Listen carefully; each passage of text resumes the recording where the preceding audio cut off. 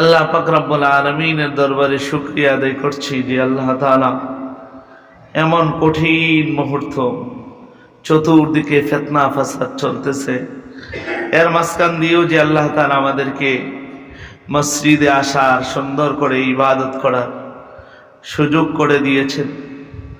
আগেকার ঘটনা শুনতাম, ভারতের মধ্যে মানুষ সুন্দরভাবে ইবাদত করতে পারত না, মুসল্লিদের উপর মসজিদের মধ্যে হামলা হইত।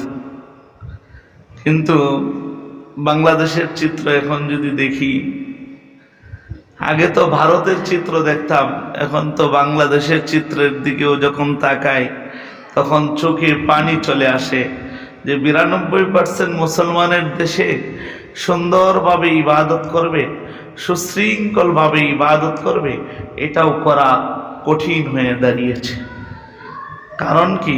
কারণ হলো আমাদের দেশ বাংলাদেশ,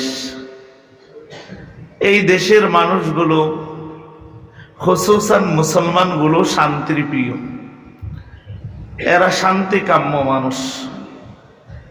স্বাধীনতার আজ থেকে 53 বছর হয়েছে।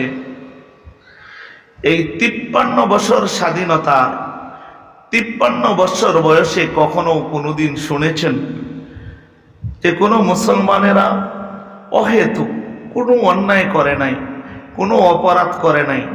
সংখ্যাগরিষ্ঠ মুসলমানেরা সংখ্যালঘু হিন্দুদের উপর আক্রমণ করেছে, কখনো নিউজ পেয়েছেন? আক্রমণ করে না, কারণ মুসলমানেরা শান্তিকামী, মুসলমানেরা শান্তি চায়। মুসলমানেরা কখনো এমন অবস্থা হয় না যে মুসলমানেরা, কাফেররা অন্যায় করে নাই, অপরাধ করে নাই, তারপরে এদের উপর হামলা করেছে, এমন নজরানা অন্তত পক্ষে অন্য দেশের খবর জানি না।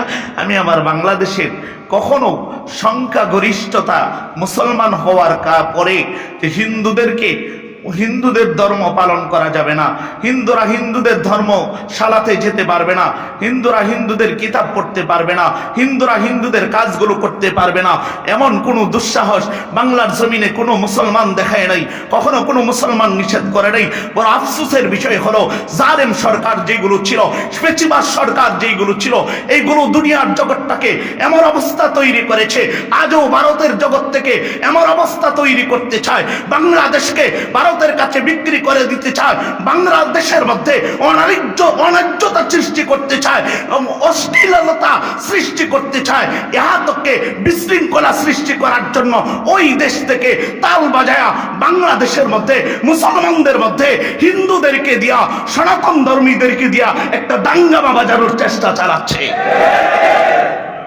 বড় আফসোস, আমাদের জন্য বড় আফসোস, কষ্ট লাগে। আপনার হয়তো আজকে কষ্ট লাগছে না, আমার কষ্ট লাগছে। আমার কষ্ট লাগার পিছনে কারণ হলো আমরা সংখ্যাগরিষ্ঠ হয়ে সংখ্যালঘুদের উপর কখনো আক্রমণ করি নাই। কিন্তু আমার প্রশ্ন হলো, আমার ভাই অ্যাডভোকেট সাইদুল ইসলাম আলিফ, সে কি করেছিল, কি অপরাধ তার ছিল, কি অপরাধের কারণে মসজিদ ভাঙচুর করতে যাবা? মসজিদ ভাঙচুর করলে তো একজন মুমিনের কলিজায় আঘাত লাগবে, মসজিদে ইবাদত করতে সমস্যা ঘটাইলে একজন মুমিনের আঘাত লাগবে। মুমিন তো ইমানের স্পৃহায় ইমানকে আগে প্রাধান্য দিবে, মুসলমানিত্বকে আগে প্রাধান্য দিবে, মুসলমানিত্বের উপর অন্য কোনো কিছুকে মুমিন প্রাধান্য দিতে পারে না। সুতরাং অ্যাডভোকেট সাইফুল ইসলাম আরিফ তো সেই কাজটা করেছিল, মুমিনের পরিচয় দিয়েছিল, ইমানের পরিচয় দিয়েছিল। কেন তোমরা গলা কেটে হত্যা করলা? এখন যদি সংখ্যাগরিষ্ঠ, তোমরা সংখ্যালঘু, এখন যদি সংখ্যাগরিষ্ঠ মানুষগুলো তোমাদের উপর আক্রমণ চালায়, তোমাদের ভারত কেন, যাদের সংস্পর্শ তোমরা অবলম্বন করছো, যাদের শক্তিতে শক্তিমান হচ্ছ, এদের নয়, এদের গোষ্ঠীর সহ কতল করে দেওয়া সম্ভব। কারো বাবারও ক্ষমতা নেই, ভারতের বাবারও ক্ষমতা নেই আমাদেরকে কোনো কিছু করার। বৃদ্ধাঙ্গুলি প্রদর্শন করি, তাদেরকে গণার আমাদের টাইম নেই। আমরা মুসলমান, আমরা যুগ যুগ ধরে ভারতের বিরুদ্ধে, ইসকনের বিরুদ্ধে, ইহুদিদের বিরুদ্ধে, নাসারাদের বিরুদ্ধে যুদ্ধ করতে করতে এই পর্যন্ত আমরা আসছি। আমাদেরকে ভয় দেখালে লাভ হবে না। কিন্তু কেন করি না? না করার পিছনে একটা কারণ হলো আমরা শান্তিপ্রিয় মানুষ। আক্রমণ করেছে, পাল্টা আমরা আক্রমণ করছি। আমাদের ভাই সাইফুল ইসলাম আলিফ ভাইকে হত্যা করেছে, শহীদ করে দিয়েছে, আমরা আক্রমণ করিনি।